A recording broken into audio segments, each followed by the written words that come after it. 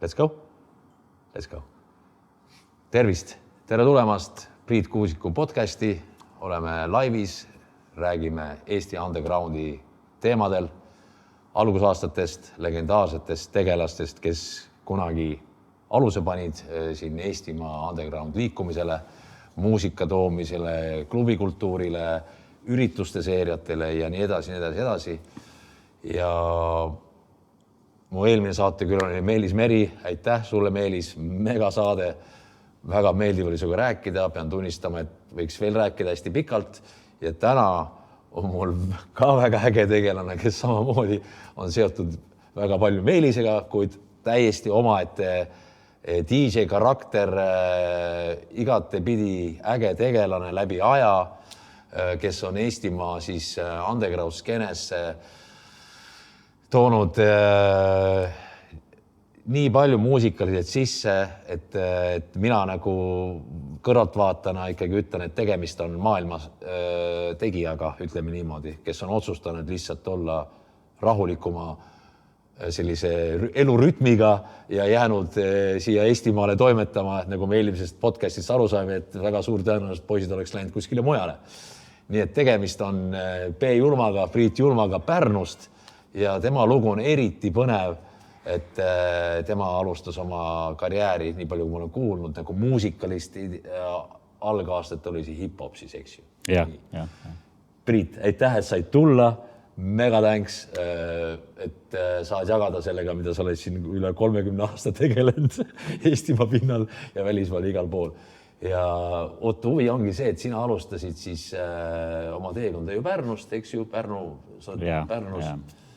Tegelikult see teekond algas juba keskkoolis, et me keskkoolis võtsime üle nii-öelda kooli raadio vedamise. Mina ja siis põhimõtteliselt nagu üks kaaslane veel, kes hiljem ka oli muusikaga seotud, Toomas Viilo. Küll nagu siis nii-öelda Eestis plaadifirmat vedades, küll siis rohkem mainstreami suunas valdavalt selgelt.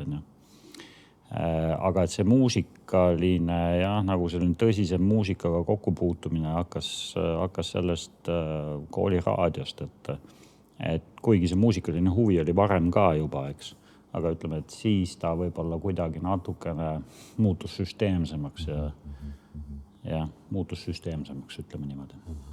Ja toona need huvid olid üsna laialdased selles mõttes, et kõik, mis oli hea või mis tundus hea, kõik sobis, eks ole, alates Herbie Hancockist lõpetades George Michaeliga või Michael Jacksoniga, eks ole, et kõik sobis ja õnneks oli muidugi niimoodi, et kes on vanem kuulaja, sa ise võib-olla ka mäletad, eks ole, nõuka aja sügavuses olid meremehed need, kes põhiliselt muusikat tõid, eks ole, ja siis käis üks ilge sebimine, see plaatide vahetamine, lindistamine, eks ole, ja siin meie samamoodi, et küll väikse nihkega, aga võib öelda, et kõik põhilised sellised plaadid või kõik põhiline muusika oli tegelikult ikkagi kummalisel kombel kättesaadav. Ja me elasime ikkagi põhimõtteliselt nagu selle lääne kultuuriga käsikäes, eks ole, kuigi mingil niisugusel kõverpeegli kombel, eks ole, aga ikkagi me olime ühe jalaga seal sees. Ja see hip-hop ja ütleme need esimese Beastie Boysi albumid ja see ikkagi kõnetas ja see nagu kummaline, ma ise nimetan seda, kuigi see ei ole korrektne termin, sest et postpungiks loetakse hoopis midagi muud, eks ole, aga et ma tegelikult seda ise nagu nimetan mõnes mõttes nagu postpungiks, eks ole, et see esimese laine hip-hop, mis tuli, see oli nagu väga tugeva sotsiaalse sõnumiga, ta ikkagi muutis või revolutsioneeris, lõhkus muusika loomise printsiipe, eks ole, et ta oli ikkagi nagu täielik revolutsioon, eks ole, ja võt see sellist nagu noort poissi, nagu ma toona olin, see väga, väga köitis, eks ole, et see hip-hop nagu see mekkis. Aga kuidas ma sinna house'i ja ma siis alguses olingi ju täiesti puhtalt nii-öelda hip-hopi, fungi, acid jazzi peal siukene tüüp, eks ole, nagu ma siis nii-öelda musa juba mängisin DJ-na. Aga et kuidas ma house'i peale jõudsin, oli siis tegelikult sisuliselt niimoodi, et see, ütleme seal 96. aastal toimus selline esimene tugev hip-hopi ja urbani kommertsialiseerumise laine. No, see on nagu tõesti väga tugev. Ja muutusid sõnumid, muutus esteetika, muutus ka soundi esteetika. Ja no see mulle, see nagu ei olnud vastuvõetav, et noh, ala näiteks üks toonaseid suuremaid hitte on ju B. Diddy oma seal samplis, eks ole, Donna Summerit. Kurat, ma kuulasin, et no originaali Donna Summer on palju nagu ägedam, noh, et rockib palju kõvemini, et miks ma peaks nagu seda, noh, et seal nagu hakkas ära kaduma see side, eks ole, ja see ütleme, et noh, niisuguse mõnes mõttes justkui ühest küljest võib öelda, et see gängi kultuur kuulus selle hip-hopi juurde, on ju, aga teisest küljest, kui see muutus sellisest sotsiaalsest dokumenteerimisest glamoriseerimiseks, siis see ei olnud mulle enam vastuvõetav, on ju, et see nagu toimus selline, no ütleme siis niimoodi vaimne või ideoloogiline faasinihe, mis mulle enam ei sobinud. Ja täpselt samal ajal tegelikult toimus siis teine plahvatus, et natukene mõni aasta varem oli see tugev acid jazzi liikumine toimunud, eks ole, mis oli siis selline tantsuline jazz-funk, mis flirtis tegelikult ka juba diskoga, eks ole, sest et noh, Jamiroquai juba tuli välja. Aga noh, incognito, eks ole, kui mõningaid niisugused nimesid veel, märgilisi nimesid mainida. Aga et samal ajal siis plahvatuslikult tegelikult hakkas tekkima see nii-öelda new house, mis sügavalt siis tegelikult põhines diskokultuuril, eks. Ja vot see kõnetas mind, et seal oli nagu see groove ja orkestreeritus ja musikaalsus, kõik sees, et ta oli nagu rohkem tantsulisem või rohkem tantsupõrandale sobivam. Et ma olin, noh, tantsimine mulle meeldis, see tants oli ikkagi nagu äge ja omal ajal ju sai ju seal Toomas Lillega seda Eesti breaktantsu liikumist Tartus uuesti taas alustatud ja noh, see tantsupõranda kontakt muusikaga, see nagu on minu jaoks olnud nagu ülioluline, eks ole, on ju kogu mu karjääri vältel, on ju, et on musa, mis on hea, aga mis on kuulamiseks, eks ole, ja on musa, mis on tantsupõranda jaoks, eks.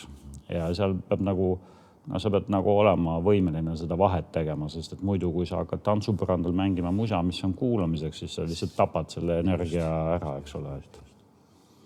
Ja no vot niimoodi ma siis tüürisingi seal selle house'i poole, olles samal ajal hästi nagu liberaalne või ka, et noh, kuulates ikka endiselt veel nagu head hip-hopi ka, on ju kõik, mis oli niisugune džässi suunaga a la De La Soul või Tribe Called Quest, eks ole. Aga et see põhifookus nihkus ikkagi nagu tantsumusa peale. No vot niisugune lühikene, kiire. Väga hea, ma tahtsin küsida, kas siis tantsisid breiki ka ise omal ajal? Jaa, tantsis, jah. Aga jah, tantsis. Sama siin, ma katsetasin ühesõnaga samamoodi, meil oli väike punt, me katsetasin teatud liigutusi omal ajal. Ega ma ei olnud, no ühesõnaga, olid mingid asjad, mis mul tulid hästi välja, aga noh, ütleme selline klassikaline füüsiline breik, eks ole, on ju. No selles ma ei olnud väga tugev. Ja, aga no, ühesõnaga, see ei puutu asjasse, et me tegelesime sellega. See break tantsimine tegelikult näitab tantsimist. See näitab, et inimene tegelikult väga delikaatselt tunnetab rütmi. Sest break tantsus sa ei saa nagu niisama suvaliselt asju teha.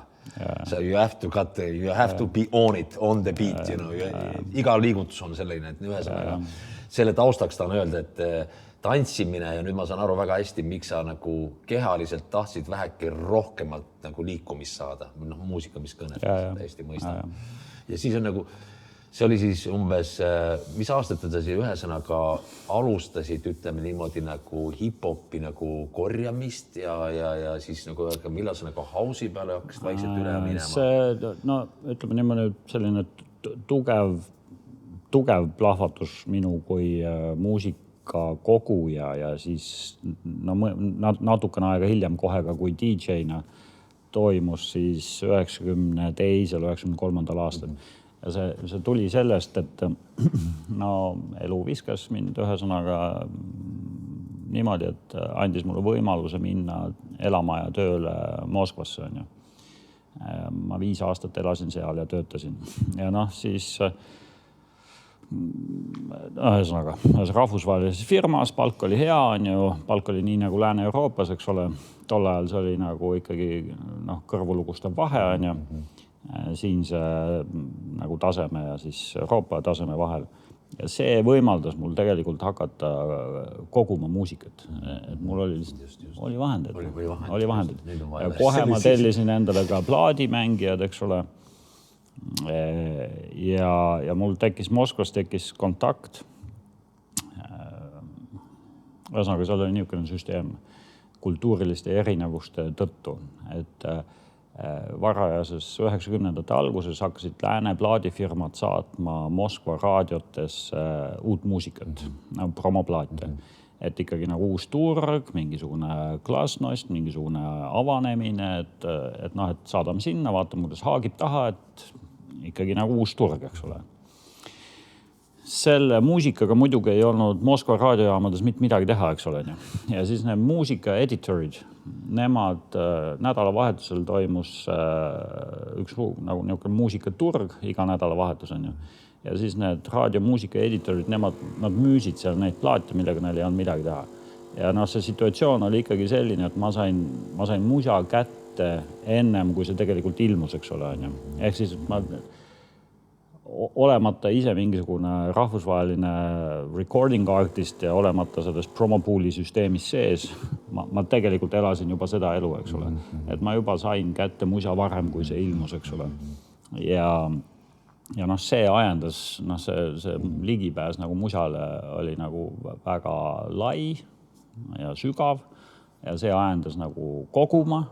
Ja siis, kui ma käisin Eestis puhkustel, siis selgus, et see on midagi nagu ainulaadset, et kellelgi ei ole midagi sellist, eks. Ja see kohe nii-öelda triggerdas siis järgmisena raadios nii-öelda külalisena liikumise, eks ole, ja ka siis võimaluse hakata DJ-na üles astuma. Ja kuna ma ise olen juba ju kooliraadiot teinud, eks ole, siis see on minu jaoks mitte midagi võõrast, see oli lihtsalt nagu loomulik vana tegevuse jätk, eks ole, et niimoodi see käis. Nii on väga äge küsimus selline, et ühesõnaga, kas need hip-hopi soundid, Meelis rääkis, et vaata meil Tallinnas oli see võimalus, see on raadiomaafia, ühesõnaga teine teema, kas teil ka Pärnumaal oli ka võimalus, siis te kuulasite ka nagu seda Soome? Ei olnud. Seda ei olnud. Igaüks otsis oma väljundit, kuidas... Ja ütleme, et seal kõik ilmselt teavad jällegi need vanakooli inimesed, kes võivad kuulata, et oli see Luksemburgi raadio, eks ole. Et sealt midagi nagu tilkus, eks ole, aga põhiline oli ikkagi see, et musa, mida meremehed tõid, on ju, selle salvestamine, vahetamine, plaatide vahetamine. Ja siis päris nagu see 90ndate alguses, kui ma siis Moskvasse kolisin, siis ma hakkasin nagu füüsiliselt massilises koguses musa koguma, eks ole. Ja sellelt pinnalt siis juba hakkasin ka nagu DJ-tama. Aga see 96,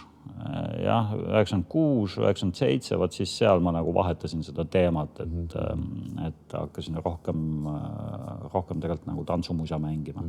Ja siis mul kohe oli ka raadiosaade Pärnu raadios, kui ma siis Moskvast ära tulin, 96 lõpp, päris aasta lõpp on ju. Et siis 97. aastast alates või 96. lõpust ma enam isegi ei mäleta, oli mul siis juba oma raadiosaade. Ja siis mul olid ka juba plaadimängijad olemas, et Soomest ma tellisin need. Ja pult oli esimene mingisugune see Gemini, selline firma oli omal ajal, tegi sellist nagu hobi DJ gear'i, eks ole. See esimene see Gemini pult oli siis mul nii-öelda puldiks. Et korra ma seal alguses katsetasin midagi muud ka veel, aga see Gemini oli ikkagi nagu normaalne tööloom, et siis olid Technicsi plaadimängijad ja Gemini pult ja nii ma sõitma hakkasin.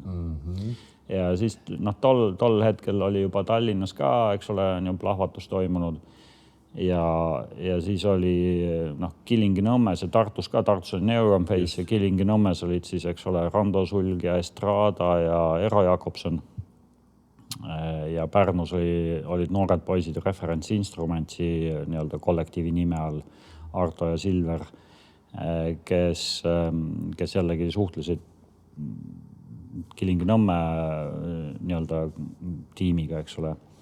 Et noh, sealt nad nagu seal, ma mäletan, üks vestlus oli, et kuidas seda house'i nagu mängitakse, eks ole, no nii-öelda nagu selle manuaalse tehnika mõttes, eks ole.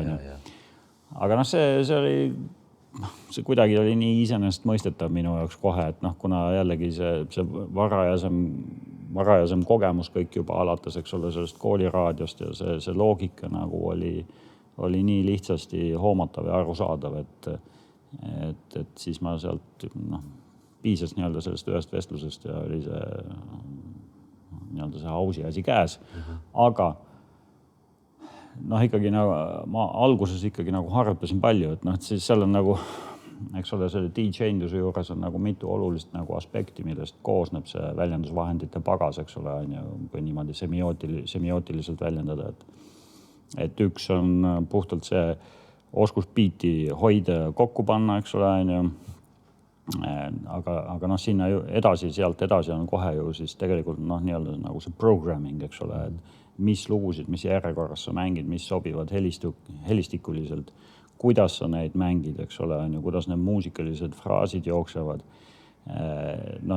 See nagu nõudis nagu kuulamist ja tööd ja ma mäletan, ikkagi alguses oli niimoodi, et ma ei tea, niisugused 6-8 tunnised päevad olid, mis ma lihtsalt nagu mängid mussi kodus, eks ole, klapid peas ja muudkui nagu mängid, kuulad lugu, proovid, kuidas need asjad kokku sobivad muusikaliselt oma vahel, eks ole, ja niimoodi see nagu tuli, ja siis too hetk, kui juba Vibe alustas 98 lõpp, eks ole, kui meie kohtusime. No me kohtusime sinuga seoses Vibe'iga, see 98 suvi või suve lõpp oli midagi.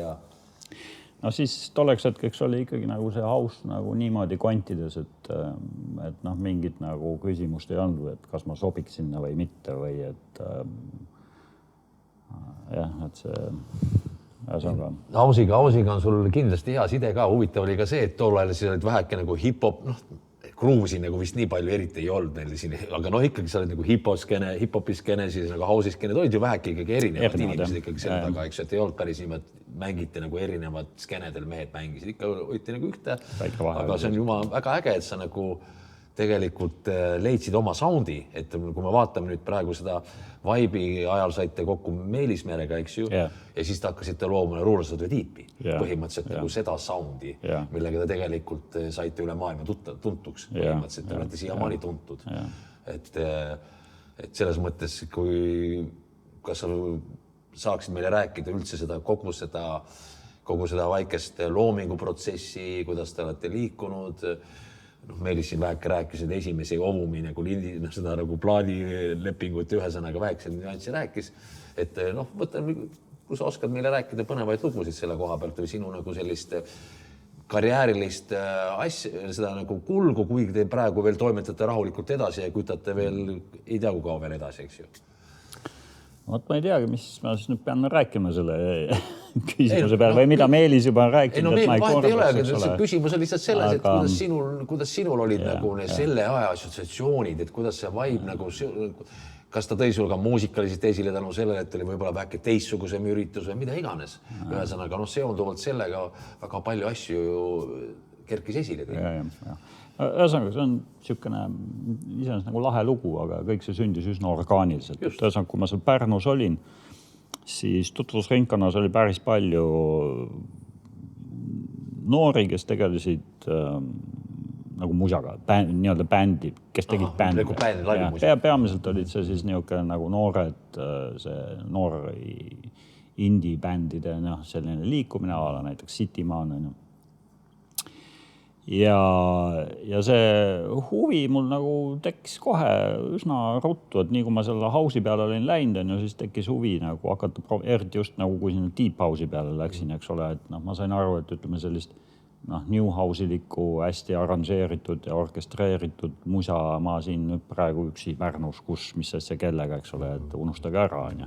aga et noh, kui seal juba ütleme, et see Deep House sisse sõitis, eks ole, on ju, et noh, sellelt pinnalt juba nagu tekkisid mõtted, et võiks tegelikult ise ka, eks ole, on ju.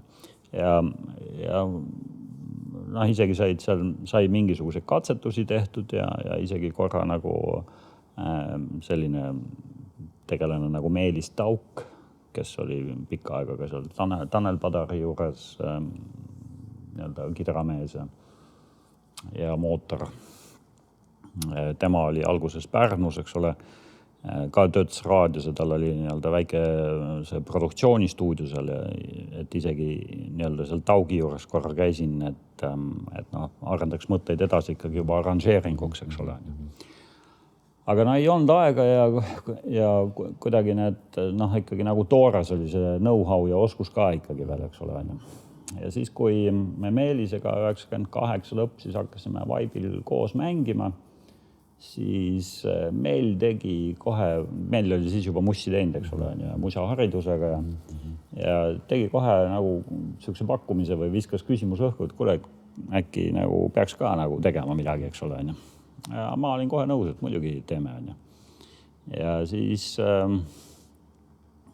päris esimene lugu, mis me tegime veel vana Melli BC-ga, no see ikka see kiirused ja no see oli ikka niimoodi, et no, ühe sektsiooni loost nagu kopisid, et seda duubeldada, eks ole. Ja noh, siis ikka see kopis nii kaua, et läksime kööki suitsu tegema. Mina ei suitsetanud, meil suitsetas, ma olin nagu passiivne suitsetaja, seal ajasime juttu, ja suitsu otsa läksime vaatama, kuule veel kopib, lähme teeme teise suitsu veel. Ikka nagu täitsa Sipa teistmoodi. Täitsa teistmoodi, kui tänapäeval käib asi on ju. Ja me noh, selle loo saime valmis küll, ja isegi mängisime seda peol. Aga me saime aru, et no, see on veel ebaküps on ju. Et see lihtsalt ei ole veel, noh, et seda me kellelegi ei anna. Ja siis oli seal Vibe juba käis on ju 99, siis pidi tulema mängima David Alvarado Oovumi alt on ju. Et noh, tegelikult oli pikem plaan oli see, et tooks ikka Josh Wingi, eks ole, on ju, aga et Kunn arvas, et on ikkagi mõistlik hakata kohe sealt nagu altpoolt pihta. Alvarado oli väga cool tüüp. Tal oli see kõva hitt ka, Clue, mis oli hästi kuum on ju tol hetkel, et toome Alvarado. Alvarado sai korvpalli mängides trauma ja ei saanud tulla. Tema asemel tuli DJ Dozia, eks ole. Ja siis Philly mees Dozia, temaga meil tekkis jube hea klapp. Üldse kogu nende Philadelphia tüüpidega, kõigiga väga hea klapp on meil on läbi aastate. Ja võt siis, kui Dozia oli ära käinud, siis kuidagi nagu sellest, ta oli suhteliselt üsna mitu päeva ka on ju meil seal kuidagi need lennud niimoodi jooksid, et ta oli mingi 3-4 päeva vist Eestis on ju. Et siis võt sellelt pinnalt nagu kuidagi see suhtlus ja noh, see ka tema noh, nagu mõnes mõttes nagu valideering on ju meie soundile, et mida me mängime, kuidas me mängime, eks ole, on ju. See nagu andis natuke nagu julgust juurde, eks ole, on ju. Ja inspireeris ja siis tegime ühe loo, sellise hea Deep House'i tracki on ju, ja kutsusime selle track 1-iks, mille me pühendasime DJ Doziale, dedicated to DJ Dozia. Ja siis saatsime selle Oovumisse on ju. Ja Oovumile selle lugu meeldis ja korrasid selle üles. Nii et põhimõtteliselt mitte nagu päris esimene track, aga esimene track, millega me ise rahul olime. Ehk siis nagu füüsiliselt teine track, mille me tegime, see korrati kohe üles Oovumi poolt, mis tegelikult on, noh nüüd meil on olnud aastaid hiljem, on olnud vestluseid, eks ole, on ju, kas või selle viimase Defectedi A&R-i Seamus Hachiga, eks ole, on ju. Seamus ütles, et see on nagu väga unheard. See lihtsalt niimoodi ei käi. Sa pead ennem alustama ikkagi nagu vähetuntud leiblitest, sa ehitad oma seda profiili selleks, et üldse keegi nagu kuulaks, et sa leiaks võib-olla oma seda soundi on ju. Ja et siis, kui sa oled juba established, siis sa jõuad nagu sellise A-kategooria plaadifirmade alla nagu siis Oovum oli või on ju. aga meil see kõik oli shortcut. Et noh, piltlikult öeldes siis esimene track, mis me tegime, see läks Oovumi alla. Ja me olime nagu made man, eks ole. Just, aga selle on ka loogiline, sellepärast, et kuna seal on nagu mastaap on teine, siis talenti märgatakse. Ja ma arvan, et teie puhul märgati talenti, seda soundi erinevust, talenti. Ja seal on tegelikult lood väheke teised, seal toetatakse. Kui näidaks talenti, siis hakatakse täpselt toetama seda, et see talent saaks tegelikult toetust, ta saaks seda välja anda, mida iganes ta toodab. Ja ütlen, see tõesti on väga märkimise vahe. Kui keegi teab muusikaproduktsioonist, mina nüüd eriti ei tea midagi, ma oskan plahte mängida, aga ütlen, see tõsiselt olen näinud kõrvalt, tean, mis on, et jõuda sellisel moel Ovumile sellel ajal, see on täiesti president, siin ei ole nagu üldse midagi rääkida. See on nagu igasuguse nagu, ma ütlen, loogika vastane, et see tavaliselt selle hierarhiaga teistmoodi, see jada käib hoopis teistmoodi. Väga. Aga omamoodi naljakas kogu selle asja juures on veel see, et noored idabloki poisid, eks ole, ega me tõesti ei teadnud sellest nagu sellest muusikamaailma äri poolest, sellest me mõtlesime, et nii asi käibki. Et ja nüüd paneme edasi ja panimegi edasi, eks ole. Ja järgmised järgmised selline 7-8 aastat olid üliaktiivsed ja vaat siis toimus, eks ole, see muutus musa maailmas, nagu niisugune drastiline muutus, eks ole, et tuli ikkagi nagu kõik plaadimüügid kukkusid kokku, eks ole. Ja vaat siis tekkis nagu ka meie sellesse karjääri tekkis selline nagu küsimärk, et kuidas üldse edasi, mis edasi, eks ole, et see nii-öelda MP3-endus ja digitaliseerumine, see muutis väga palju seda musamaailma. Aga ma ütlen, meil on olnud õnn näha nii-öelda selle mõlema maailma siis häid ja halbu külgi, eks ole, et me oleme näinud seda vinüüli ajast, me oleme tassinud neid kohvreid, me oleme kuradi mänginud puhast savi, kuradi öö läbi voolab kõlaritust. See on olnud tegelikult väga huvitav aeg ikkagi, kui hakkad mõtlema, et see vinüüli mängimine on ikka väga teine tera, kui sa mõtled praegu CDJ-dega mängimist, eks, et see on nagu lust ja lillepidu, ma ütlen, CDJ-d on tegelikult tänapäeva, et see võimaldab tohutult palju igasugust, lihtsalt aeg on rohkem igasugust asju aretada, aga nüüd ma läheks väheke tagasi veel selle Pärnumaile. Sa hakkasid ju pidusid ka tegema, eks ju, ja sinu esimesed need peokogemused, et kuidas need olid, kuidas nagu rahvas vastu võttis, et kas need olid nagu suured peod või need olid väiksemad peod või kuidas see? Seal oli Pärnus oli üks tubli punt noori poisse ja ka bänd arenes välja kohe Taraba Bastards, eks ole, nii-öelda kas pool naljaga või mitte, aga et kutsusime ennast või kutsusid nemad ennast nii-öelda Taraba moobiks. Ja Olari Miiter, Bad J, kes siiamaani mängib veel plaati, eks ole, Mambo Seib ehk Marko Päärs. Et nemad, seal oli nagu selline tugev hip-hopi liikumine rohujuure tasandil ja nemad korraldasid pidusid. Alguses väiksemalt, seal Maikeskuses Rohelises salongis, kus oli siis selline nagu tõesti nagu lahe underground klubi, selline väike õdus, seal võisid lihtsalt kuulata mussi, said tantsida, seal pidusid toimus nagu täitsa nagu seinast seina eklektikana, eks ole, väga lahe koht oli. Ja võt nemad korraldasid siis juba nagu selliseid väikseid pidusid, on ju. Ja kui mina nendega liitusin, ma ei oska öelda, kas need on omavahel seotud või mitte, aga see kuidagi niimoodi kukkus välja, et võib öelda, et sellel on oma nagu seos olemas. Et kui mina liitusin nendega oma selle suure plaadikoguga, eks ole, et siis see andis nagu niisugust momentumit juurde, eks ole, on ju.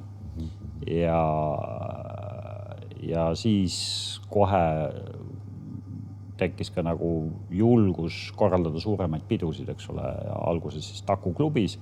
Ja need olid ikkagi nagu Normull suured peod, et see Taku klubi oli vana linavabriku tööliste kultuuriklubi, eks ole, selline normaalne suur ruum, 2-korruseline. Et seal ikkagi oli, ma ei oska peast ei mäleta, kui suured need olid, aga ikkagi nagu 100 inimesed olid peol, eks ole, et ikkagi nagu Normull möll ikka. Ja, ikka Normull. Ja pidu. Ja siis nemad tegid Pärnus ja kui ma nii-öelda sain käe valgeks, eks ole, ja siis, kuna ma juba, ennem kui ma Moskvasse läksin, ma õppisin Tartus. Tartus olid ka juba kontaktid olemas, kuna, eks ole, me seda Pregi asja seal ajasime. Siis ma mõtlesin kohe, et võiks Tartus proovida ise pidusid teha. Ja siis Illusioonis hakkasin tegema hip-hopi pidusid. Ja võt siis sealt, sellelt pinnalt juba tegelikult ma olin kohe ka nagu promootori rollis, eks ole. Et lõin ise endale võimalusi ja see kuidagi nagu selline aktiivne elustiili ettevõtlus nagu oli esimesest päevast selle asja juures minu jaoks, eks ole, et see kuidagi tundus normaalne. Et Moskvast tulnuna või siin puhkamas käies, eks ole, see riikide ja ühiskondade ja majandusruumide vahe suur ja väike, see oli ka nii arusaadav ja hoomatav, et see oli nagu iseenesest mõistetav, et kui sa tuled, siis sa nagu pead kohe ise hakkama tegema, ise pushima ja ise kujundud flyer'eid ja kõik käib ise, eks ole. See oli see aeg, kus muutusin nagu eraettevõtjaks, eks ju oli tegelikult niimoodi, et me tulime ikkagi sellest nõukogude background väheke, see on see, aga järsku pidi olema eraettevõtja, sa pidi ju kõik läbi arutama, kõik tehnika, rahalised pooled, kõik asjad, mida sa müürisid, rentisid, flyerid ja kõik see lugu on, flyerid on jälle omaette teema, peonimetused ja kõik asjad kokku, sa pidi kõik selle ise nagu välja mõtlema. Suhtes, sa mõtlesidki ise nagu välja suuremas osas, oli ju niimoodi, eks ju. Ja nüüd küsiks sinu käest, et kui me vaatame nüüd seda, Meeliga just arutasime eelnima, et just et see lühiajal ju siiski, kui me mõtleme, et ütleme nüüd 92, 93, more or less, eks ju, hakkasid nagu tegelema ja 90, suured klubid kekkisid nagu varem, aga ütleme sellised, tekkisid pärast lounge'id ja klubid juba, ütleme niimoodi 99, seal 2000, eks ju. Põhimõtteliselt jah, see plahvatus, ütleme 5 aasta jooksul, tegelikult 5 aasta jooksul nagu kujunes kõik nagu välja. See on ulme. See on nagu sõge tempo. See on ulme. See tegelikult, kui sa mõtled lühiajaliselt, see tähendab seda, meie Eesti inimeste mõtlemine või selle skere inimeste mõtlemine ülikiire. Taheti õudselt palju, me võtsime Malli Läänest küll, aga me tahtsime kohe oma vormi panna. Kohe tahtsime siin oma inimestega jagada, et tavai, teeme selle oma värgi, eks ju siin. Ja ütleme niimoodi, et sa nüüd 30 pluss aastat oled sellega tegelenud, et kas sa oleksid nagu aimanud seda mastaapsust? Ei, tegelikult mitte. Ja elu on nii palju üllatanud. Ja andnud võimalusi. Et ei oleks osanud arvata, et see kõik kestab nii kaua. Ei oleks osanud arvata, et elu annab ka nagu justkui teise võimaluse selle rahvusvahelise karjääri mõttes, eks ole. Ei oleks osanud arvata, et see kasvab nii suureks kõik, eks ole. Et ei oleks kunagi osanud arvata, et üldse, et jõuad esimese plaadi lepingul nii, eks ole. Et see, ma mäletan siiamaani seda kõne, kui tuli, et kuule, et Oovum sainib. Ma olin seal Välisministeeriumi juures seal Sakala tänava nurga peal, see oli ikka niimoodi. No kuule, see lihtsalt ei usu. Yes, ma kujutan ette. No nüüd on okei nagu, aga vaata ajaga isu kasvab, eks ole. Ja. Et esimesest plaadist sai varsti juba teine ja siis lendasid kohe remixid peale juba ja siis juba teed albumit ja see nagu käib väga kähku. Ja. Aga väga lahe, et elu on väga lahe. Selles on väga hea, et sa oled nagu ikkagi leidnud selle oma sisemise selle muusika ja sa oled suutnud seda jagada, et see on nagu paljudele on oskused, mitte oskused, mis iganes, et see on sul ikka, sa oled väga privileegitud selle koha pealt, et sa oled ise nagu ka ju vaeva näinud, see on tohutu töö, et see ütleme, üks asi on plaadi korjamine, kollektsioon, DJ-na esinemine, sette kokkupanek, aga produtseerimine on täiesti teine tera ju. Ikkagi selles mõttes on nagu ajaraam ikkagi, ta muusika kompositsioon, aga ikkagi see, ta ikkagi nõuab pühendumust palju teistsugust. Ja ma ütlen ausalt nagu, et Meelis oli nagu see võtmetrigger, eks ole, et ma ei oska öelda, kas ma ilma Mellita oleks tegelikult jõudnud, okei, ma juba nii-öelda flirtisin ja sniffisin seda küll juba seal, eks ole, aga ma tegelikult ei tea, kas et võib-olla oleks sama hästi võinud öelda, et elu sõidab sisse, eks ole, ja võtab muude asjadega üle ja sinna see musa tegemine jääb, eks ole. Aga Mellil oli varasem kogemus olemas, know-how olemas, arvuti olemas, tehnika olemas, eks ole. Sealt juba oli väga lihtne startida, eks ole, ja siis ma juba ostsin endale arvuti ja niimoodi see läks. Ja samal ajal siis ütleme, et Meelisega me tegime house'i, see soundi defineerimine kuidagi tuli ka nagu, mõtlen, meil Melliga on tegelikult see koostöö nagu imeliselt sobinud, et me nii kaua, neid bände on vähe, kes nii kaua üldse koos püsivad, eks ole. Ja kes suudavad teha nagu ajas endiselt prevalentset soundi, eks ole. Et selles mõttes see on täitsa ime. Aga samal ajal siis Melliga me tegime house'i, eks ole. Samal ajal siis kuidagi ma sattusin kohe ka sinna džässiskenesse sisse, eks ole. Et Taavi Kerikmäe ja Tanel Ruben kutsusid mind kuidagi nagu, et davai, katsetame, proovime, vaatame. Ja siis juba tulid ka koostööd Hedvig Hansoniga ja tuli see Broken Time Orchestra nii-öelda bändi formaat, eks ole, ja väga erinevaid nii-öelda veel bändi ja albumini jõudnud projekte nii-öelda Tanel Rubeniga ja Brian Melviniga ja et ühesõnaga ka selles mingisuguses subkultuuris ma olin tegelikult nagu üllatavalt aktiivne, eks ole, et see oli või isegi me ju Meelisega veel produtseerisime, eks ole, Birgit Õigemeelt, mida siin noored tänapäeval kiidavad, eks ole, et kuigi see on ju ka mingisugune 15 aastat vana juba asi, eks ole, aga endiselt kõlab hästi, eks. Sa mainisid, et andis sulle teise võimaluse, nagu ütlesid eelmine jutu käigus, et mis mõttes nagu teise võimaluse? Seal oli niimoodi, et ühesõnaga me Melliga tegime mussi, eks ole, ja siis kuidagi elul nagu olid omad plaanid, eks ole, et muul kasvas pere, Mellil kasvas pere, Mellil tekkis nagu soov Tallinnast ära kolida, minna sinna Pärnusse maale. Minu elu ja töö ja restoranid kõik olid siin Tallinnas, eks ole, Me küll proovisime nagu üle neti ideid vahetada ja mingeid lugusid me tegime ka niimoodi, aga tegelikult ikkagi see tegelikult ei tööta niimoodi. Selleks, et bänd funkaks, sa pead ikkagi nagu ühes ruumis olema, eks ole. Ja siis me küll mängisime kogu aeg edasi ja saadet tegime kogu aeg edasi, aga see musa tegemine jäi nagu natukene pausile, eks ole. Ja ma ei oskagi öelda, kui pikk see, mis pikalt me tegelikult pausi pidasime.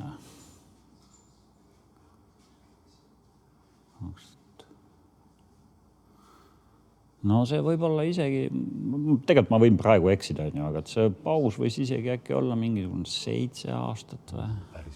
Päris pikalt, eks ole. Et okei, et me küll, ja nagu ma ütlesin, eks ole, tegime saadet edasi, me mängisime edasi kogu aeg, eks ole, et me ei saa öelda, et bänd oleks surnud olnud, aga justkui nagu selle musa tegemise kontekstis võib öelda, et paus oli tegelikult ikkagi väga pikk, eks ole.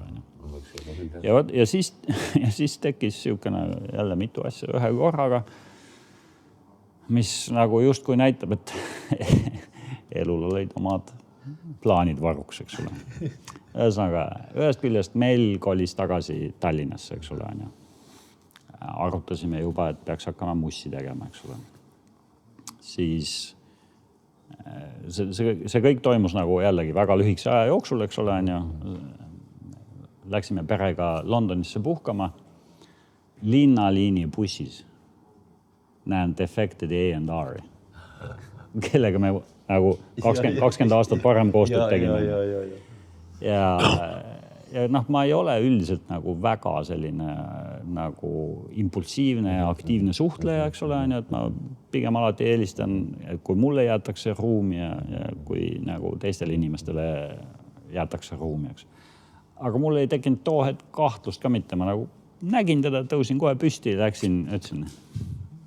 Ja okei, kohtusime ükskord. Niimoodi. See oli mingisugune kevad-talv, on ju. Läksime suvel uuesti Londonisse. Näen uuesti, juhuslikult tänaval. No London, seal on käidima suur London, 20 miljonit inimest, eks ole. Nad täiesti sürre, eks ole. Ja no vot, siis juba oli niimoodi, et kuule, et okei, et me hakkame musa uuesti tegema. Seamus ütles, et okei, et midagi teete, saatke, eks ole. Ja siis jällegi siin tuli nagu jutuks musa tegemine ühe Eesti vanakooli nagu DJ ja produtsendiga Ricky Inchiga, eks ole, kes omal ajal tegi palju koostööd King Streetiga, eks ole. Ja siis selgus, et kuule, tal on mingisugused aastate tagused mingid lood pooleli, eks ole, on ju, seal on 2 lugu Mr. V-ga, ehk siis Victor Font, nagu teada tuntud USA produtsent ja vokalist, eks ole. Ja siis ma ütlesin, kuule, et anna need lood mulle, et ma korra kuulan neid, et mis värk on, eks ole. Ta saatis need lood, on ju, ma kuulan. Jumala, okei. Viskasin vist tunni või 2 viskasin esimese arranžeeringu paika, läksin Melli juurde, on ju, niisugune asi. Näed, umbes niimoodi see võiks kõlada, eks ole. Kuulan Melliga nagu siis juba stuudios, on ju.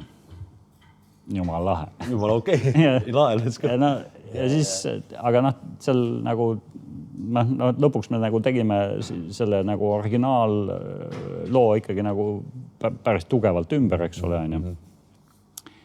Aga noh, see mingisuguse nädala ajaga viskasime loo valmis, saatsime ära, on ju, ja see sainiti. See ei käi niimoodi. Poisid, see ei käi niimoodi. See ei käi nii. Ja siis on niimoodi määratud ühe sõnaga. Ja Defected ja Sulfuricu jaoks. No, täielik kosmos. Ka mu täielik kosmos. Ja no nüüd see on siis nüüd kogu aeg edasi läinud, eks ole. Ma ei teagi, mis meil nüüd siis on 3 singlit on ilmunud, kõik on läinud top 20-sse. Üks on olnud number 2. Ja nüüd siis märtsis ilmub järgmine, mais ilmub järgmine ja juba on nagu selleks aastaks tegelikult nagu nii-öelda schedule on juba nagu nii-öelda rada on ees, eks ole. Et no nagu täiesti crazy, eks ole. Ja noh, ma ütlen veel kord, need asjad tegelikult ei käi niimoodi. Et see on nagu keegi annab sulle see võimalus. Just. See on jah, see tuleb olla lihtsalt tänulik ja mõista seda, et vahest universumid asjad käivad teise rütmiga, mida meie loogiliselt suudame välja mõelda. Nii et selles suhtes ja. Aga mul on nagu selline küsimus, et selles osas, et kui sa nüüd vaatad selle 30 aasta pluss lõikes ja reisides üle maailma, igal pool käinud, eks ju, mängimas üldse niuke muutused ühesõnaga. Noh, me saame aru, et põrandal on liikumine muutunud mainstreamiks ja põrandalused asjad on tegelikult päris põrandalused, eks ju. Et noh, ütleme see muusikas, me saame väga hästi aru, et house ja kõik see on nagu sellise laia tarba kaupi suuremas osas. Et kuidas sina nagu enda seda, noh, 30 aasta lõikes vaatad kogu seda liikumist, käid maailmas ringi, kuidas sulle tundub nagu Eesti klubi või underground kultuur või kuidas see peomeeleolud või noh, kuidas sina seda nagu meie klubi kultuuri underground skeened näed nagu võrdes välismaailmaga võrdlemist väike. Et olgu väike võrdlusmoment, sest ma tahan tegelikult öelda, et meie maal on asjad väga ägedasti. selles mõttes. No neid asju, mida võrrelda ja mis on erinevad, aga ka mõned asjad, mis on sarnased, eks ole. Et neid on tegelikult hästi palju. Ma nagu püüan kuidagi neid siis ükshaaval siin ette võtta, et võib-olla ühe märkuse ma ütleks ennem, kui ma hakkan nii-öelda sügavamalt analüüsima või võrdlema, et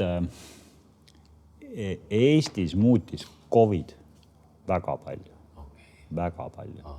Et läänes ma saan aru, et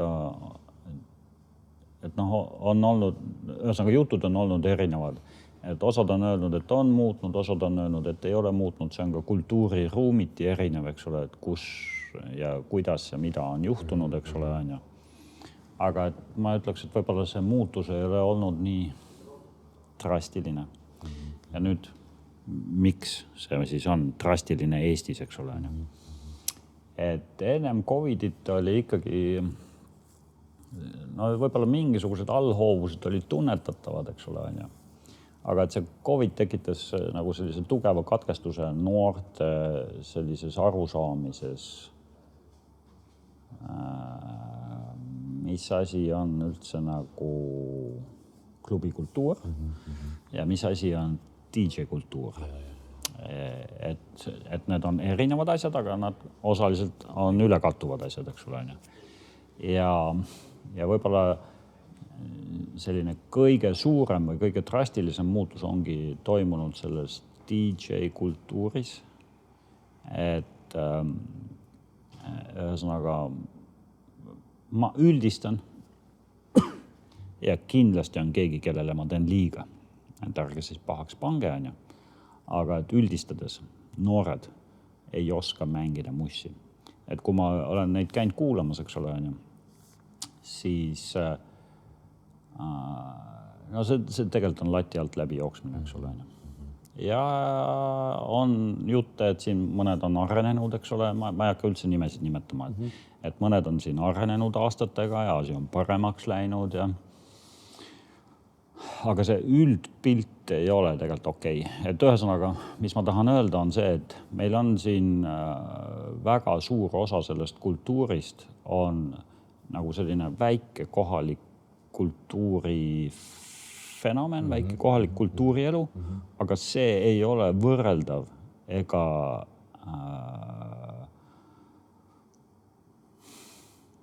kvalitatiivselt nagu reaalselt analüüsitavalt, kvalitatiivselt võrreldav sellega, mis toimub läänes. Et see lihtsalt on natukene kurb, aga ta on teistmoodi ja ma arvan, et see tegelikult mingi hetk uuesti ühtlustub, eks ole, on ju, et tekivad mingid uued kangelased, uued edulood, noorte see muusika maitse areneb edasi, eks ole, ja sellelt pinnalt nii-öelda lihtsalt see kultuur areneb edasi. Aga hetkel see, jah, mina tajun seda niimoodi, et see COVID tekitas suure nagu muutuse, murrangu ja peale COVIDit tulid täitsa uued nagu nimed ja tegelased ja see, kuidas nemad teevad, et see tegelikult on niisugune koolipeo tase, eks ole. Aga anname aega. Nüüd, kui võrrelda laiemalt, eks ole, et mis on erinevused? Jätame nagu selle kultuuriruumide suuruste vahe kõrvale, eks ole, ja isegi ei süvene sellesse, et ühiskonnas protsentuaalselt, kui palju inimesi kuuleb ühte või teist muusikastiili, eks ole. Jätame selle kõik kõrvale.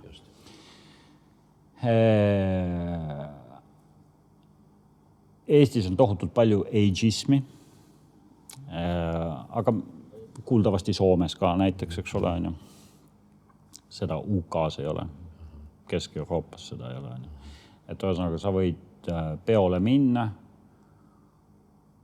noor läheb peole, kus mängib näiteks 50 või 60 aastane DJ, see on täiesti okei, see on aksepteeritav. Meil siin on need kultuurid nagu vanuseliselt väga üsna tugevalt nagu lõigatud sellisteks kihtideks, eks ole. UK-s lähed peole, seal on 60-aastane ema koos 20-aastase lapsega tantsivad, on koos peol, eks ole, on ju. Ühesõnaga, sa näed palju laiemat läbilõiget ühiskonnast. Seal pidudel tundmas rõõmu muusikast, tantsimas, eks ole, 50-60-aastased inimesed tantsimas. Inimesed tunnevad muusikakultuuri, teavad laulu sõnu, meloodiad, laulavad kaasa, et see nagu see reaktsioon muusikale nagu väga adekvaatne, täiesti okei. Siis, mis on kindlasti muutunud palju, on ka seal seda nii-öelda telefoniga filmimist, värki, mis tegelikult on nagu niisugune sür, aga teisest küljest see jällegi aitab kuidagi sotsiaalmeediast pushida neid pidusid või artiste, eks ole, on ju. Meil seda on vähem. Nüüd siin ma ei üldista, siin ma ütlen, et meie pidudel on seda vähem, eks ole, on ju, ja see on midagi, mida välkarid on välja toonud, et see on nagu väga värske, et inimesed on muusika pärast peol, eks ole, on ju. Puhtalt nagu musa pärast. Et ühesõnaga siin neid nagu erinevaid aspekte on üsna palju. Aga võib-olla hetkel piirdub sellega, et muidu vajub nagu jutt väga palju laiemalt. Kas sa näed väga suurt meeleolulist vahet, kui inimesed rockivad täiega, siis minu kogemus on Eesti rahvas on väga rahvas minu arust. Mul on häid kogemusi sellega, ma arvan, et sul on samamoodi olnud sellega, eks ju. Et ma saa päris öelda, et kui mängid Berliinis ja siis nagu tulnud Eestimaa, et nii väga suurt vahet nagu oleks mingis mõttes. Ainuke vahe, mis mina märkasin, oli see, et Berliinis mängides, et nagu USAs oli ka sama lugu, et mingid tüübid, kes siis jälgivad sinu tegevust, siis kui sa teed mingi asja, siis viskavad sulle näpu või teevad annavad sulle märku, et väga ägeda asja tegid ühesõnaga. Et võib-olla see on... Et neid, kes seda koodi loevad ja tegelikult aru saavad, neid on rohkem, eks ole. Neid on rohkem. Sellega ma nõustun, jah. Aga muidu energia mõttes ma võin ka öelda, et meie oma pidudega oleme ka ikkagi väga õnnelikud olnud, et üldse läbi aastate, et meil on ikkagi olnud nagu väga hea publik ja on endiselt väga hea publik. Et nad tulevad kaasa ja neile meeldib muusika ja nad on avatud ka erinevatele nagu allhoovustele, eks ole. Et me võime rääkida deep house'ist, eks ole, aga seal deep house'i sees on nagu palju saab hoovusid, eks ole. Ja et meie publik on väga avatud. Et avatud heale muusikale, heale groovile, eks ole. See on jällegi nüüd erinev läänes. Läänes, kuna ühiskonnad on suuremad, need muusika, kultuuriruumid on suuremad, eks ole, siis sa pead olema seal väga täpselt sildistatav, ütleme siis niimoodi selle asja kohta, eks ole. Ja et kui sa lähed mängid Soulful House'i peol, siis sa lähed ja mängid Soulful House'i. Kui sa lähed ja mängid Disco House'i peal, siis sa lähed ja mängid ainult Disco House'i. Ja seal on, eks ole, väga suur ülekattuvus ju tegelikult, eks ole. Aga soundiline erinevus on olemas ja see, sa nagu istutakse väga kitsalt nagu vagudes, eks ole. Ja see on midagi, mis meile Meelisega on nagu sutsu igav, see on mõistetav, aga see on sutsu igav, sest meile meeldib mängida, et sa nagu töötad rahva, et sa nagu... Just. Ja siis sa oled nagu kinni seal ühes soundis peal siin mängima segmendis, kuna nii on kokku lepitud, eks. Jah, et see... Et ühesõnaga, veel kord, et ühest küljest on see mõistetav, teisest küljest on see nagu igav ja võib-olla teeb ka karuteene nagu sellise biodünaamika ja energia kontekstis, eks ole. Et tegelikult võiks olla nagu natukene avatum, on ju, et see, sul oleks võimalik seda rahvast palju paremini nii-öelda peos hoida ja temaga mängida. Aga nüüd tänapäeval siis hetkel te teete ju Meelisega Fonoteegis. Jah. See oli ju T3 on kunagi ennem seotud või? Jah, samad omanikud. Just. Ja stuudiod ja kõik, sa olid kunagi kõik sellega, Function One ja kõik seal on teie teema ühesõnaga, kõik te olete seda teinud. Nii et jah, see on olnud väga huvitav, et ja praegu te olete siis nagu fonotegist 6 korra ja siis produtseerite mussi, sa oled ikka veel raadios, eks ju? Ja vahest mängime ka kusagil mujal. Et eelmine aasta tegime Tartus paar pidu. No Tartu on kummaline koht, nagu ei haakinud kaasa, seal ei saagi aru, kas praegust võib-olla ei olegi seda hausi publikut või et ongi nagu see noorte siukene heas mõttes nagu hedonistlik hea tuju värk, mis on nagu domineeriv, on ju. See aasta me nüüd Tartusse tagasi ei lähe, Pärnus teeme umbes kord või 2 talvel ja 2 või 3 korda suveperioodil, eks ole. Ja siis vahest, kui kuhugile kutsutakse, et oleme Saaremaal käinud. Aga see põhiasi, mis me teeme, on, et me istume stuudios, me teeme raadiot ja kord kuus meil on oma pidu fonotegis. Et see on jah väga rahulik juba sisse kujunenud rada ühesõnaga, et sa ei pea nagu kuskil üritustega nagu no õnneks on jah niimoodi, et sellega see võtab palju aega. Et noh, jällegi elu on andnud võimalusi, on olnud õnneks ka hoidu neid võimalusi realiseerida ja ära kasutada, et musa on küll suur osa minu elust, aga ma otseselt ei sõltu ainult sellest, eks ole, et jah, ma olen seal nendes klubides osanik, ma teen veel restorane, baare kõrvalt, eks ole, et see annab selle vabaduse ja see on väga hea ja muidugi on see ka tervisele nagu talutav, et kui peaks nagu praeguses vanuses kütma iga nädal 2-3 pidu, kui peaks veel lendama vahepeal, on ju, kaput, no ei jõuaks, tegelikult ei jõuaks. Enam ei jõua, jah. See on aeg teeb oma vaikse töö meil ikka ära. Ei suuda ära taastuda lihtsalt. Siin ma tahaks selle nüüd väheke, läheme ühe teise teema peale, on kollektsioon. Mis sa arvad, kui palju lugusid sul kollektsioonis läbi elu üldse on olnud? Oh my God. Ma meilis kahjuks ei jõudnud küsida, aga nüüd ütleme, vinüülides on lihtne, mul on kodus vinüülid, ma loen nad üle, mul on neid nii palju, aga nagu mõtleme kontekstuaalselt lihtsalt selle jaoks, et inimesel anda mõista, kui palju muusikat sa tegelikult läbid oma elu. Oh my God. No, vinüüliga on jah niimoodi, et ütleme, et see vinüüli kollektsioon on circa mingi 3000 plaati, eks ole, on ju. Midagi ma olen koju jätnud, osad lihtsalt vedasin kodunt eest ära, fonotegis on seal see suur vinüülisein, et seal on lihtsalt minu plaadid seisavad, eks ole. Aga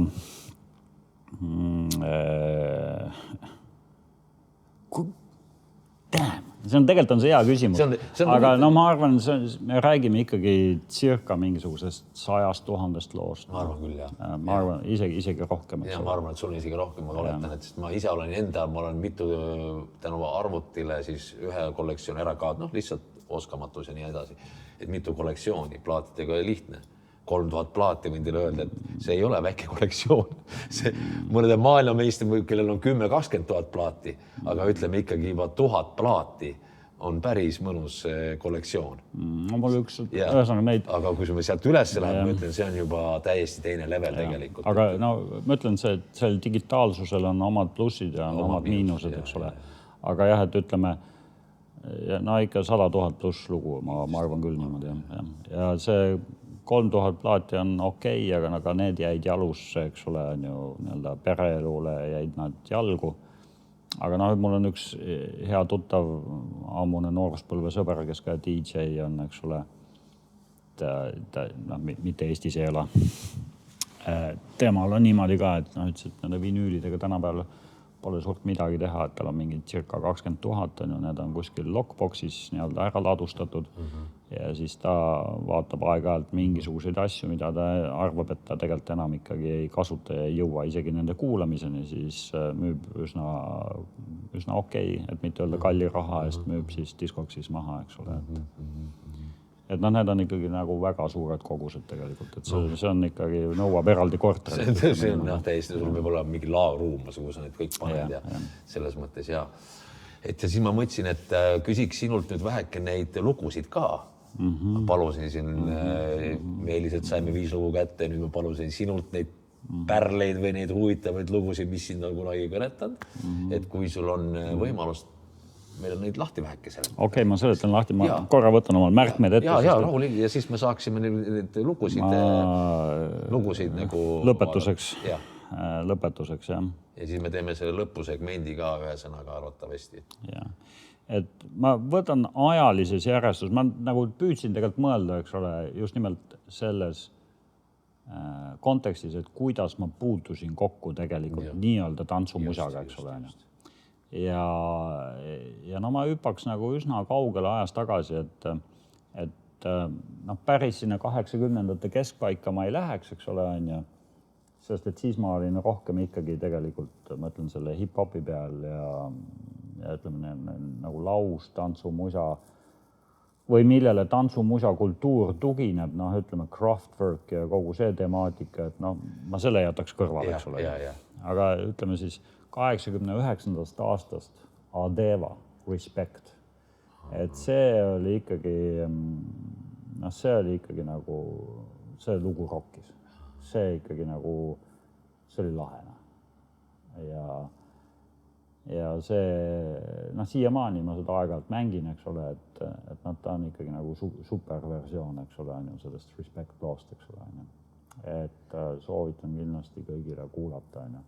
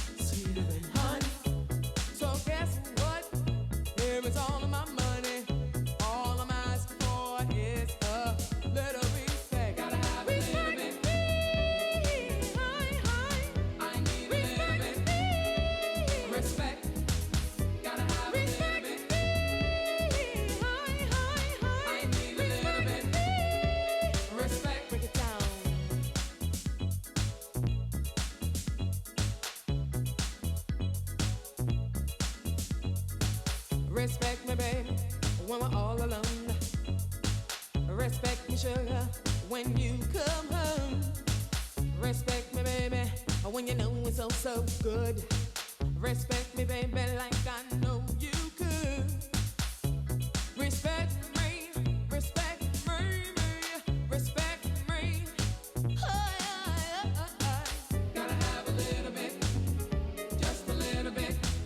I need a little bit. Respect, gotta have a little bit, just a little bit. I need a little bit.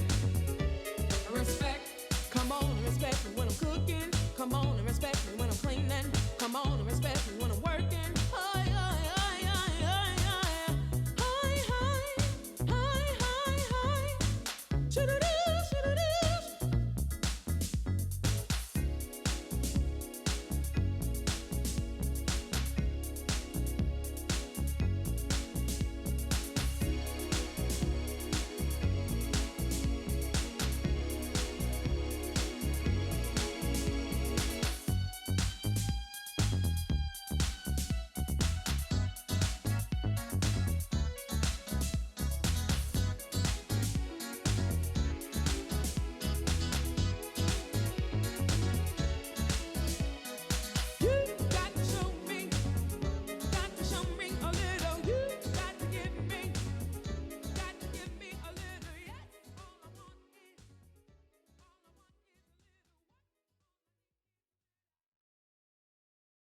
siis sealt edasi kohe ju tegelikult toimus siis juba see rahvusvaheline selline house'i esimene plahvatus, eks ole, ja siis järgmisest aastast kohe 1990 ma tooks välja Alison Limerick, Where Love Lives.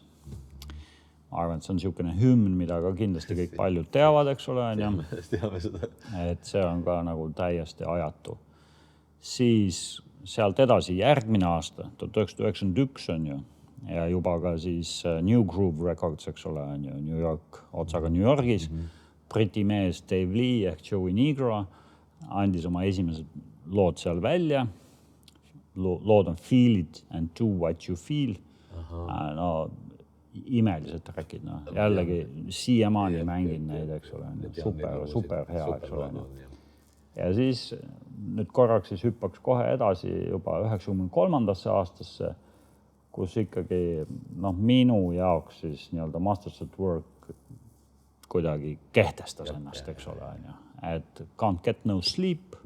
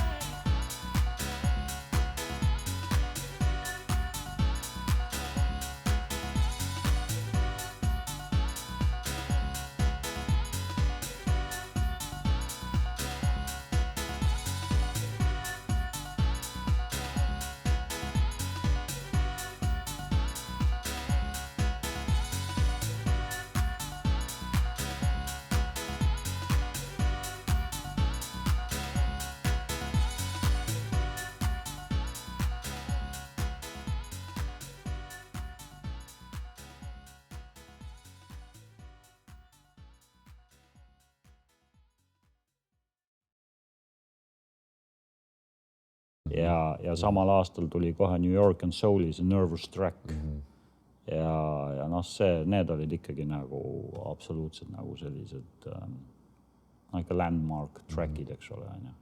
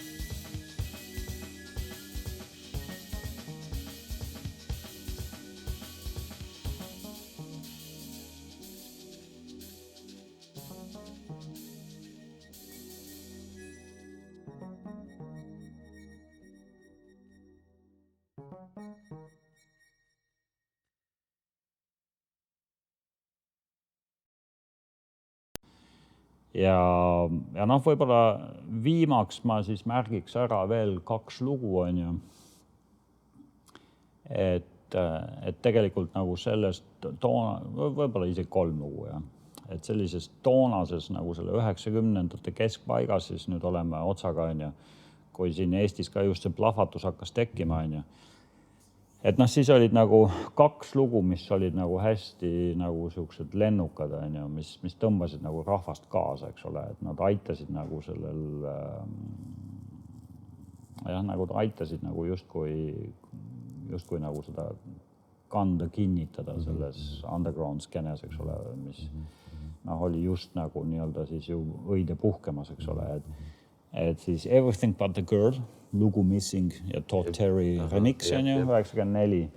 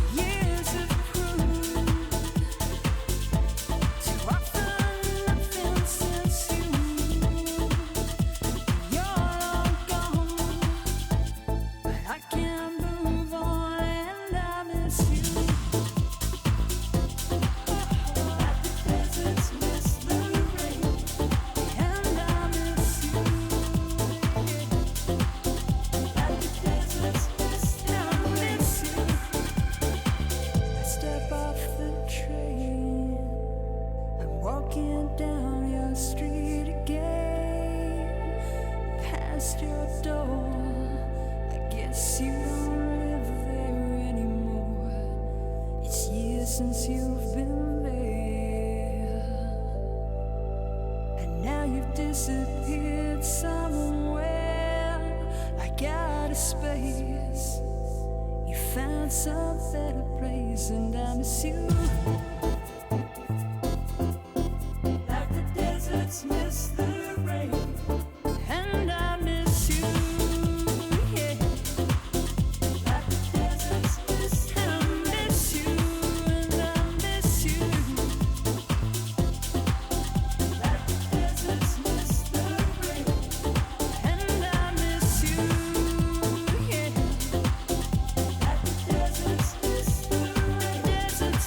rain.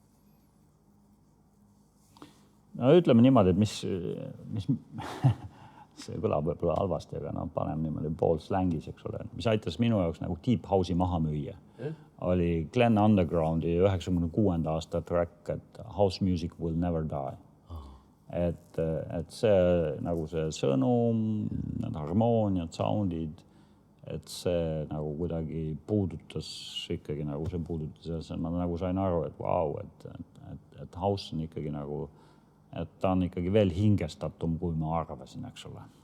Ja no võt niisugused lood. Ja väga ägedad lood ausalt. Mina ütlen ka edasi seda asja, et mina lugusid mängin täies pikkuses, kui ma neid kätte saan, kui mul õnnestub kätte saada. Ma ei hakka neid lõikama, sellepärast et lood on nii ägedad ja ajaliselt nagu teise kompositsiooni, kui nagu tänapäeval toodetakse ja mul lihtsalt süda ei raatsi lõigata mitte ühtegi vana lugu, nii et olge valmis 8-9 minutiks, 10 minutiteks nagu trackideks ja rännakuteks, et selles suhtes, mis ma tahtsin nagu siin vahepeal maha öelda. Kuigi see aeg on läinud väga kiiresti, ma tean, et sul oli lihtsalt ajaline raam väike ja tegelikult teema on hästi põnev, sellepärast, et siin on nii palju asju, millest nagu rääkida, aga elu on kord selline. Võib-olla, kui õnnestub, tuled ehk tagasi, räägime veel midagi teemadest, sest no tegelikult on selles valdkonnas on minu jaoks hästi palju, mida ma tegelikult tahaks inimestega jagada. Ma ise ei oska rääkida, aga tundes teid ja teisi DJ'si ja producerid, ma saan seda nagu inimestel rohkem välja tuua. Nii et mida sina nagu hetkel tahaksid öelda näiteks Eesti nagu nendele ägetele inimestele, kes nagu ikkagi vaatavad teie suunas, nagu producer'i DJ suunas, mida te tahate nagu öelda, nagu, et niisugust edasi näiteks oma? See on küll nagu nii. Lampi värk. Lampi, et viskad tiku õhku ja siis ütle, tõmba põlema. Ja, aga teine asi on ka see, et me võime siin pausi teha, ma võin teise küsimuse esitada, et kui see on ikka keeruline. No, esita teine küsimus ka, aga ma igav mõtlen. Ja sa mõtlen igav seda värki. Et ma pean ka nagu väike mõtlema, sest mul oli ka üks küsimus, mille ma läksin panga peale välja, et kui saan vastuse kätte, aga näed, ei tulnud seda vastust.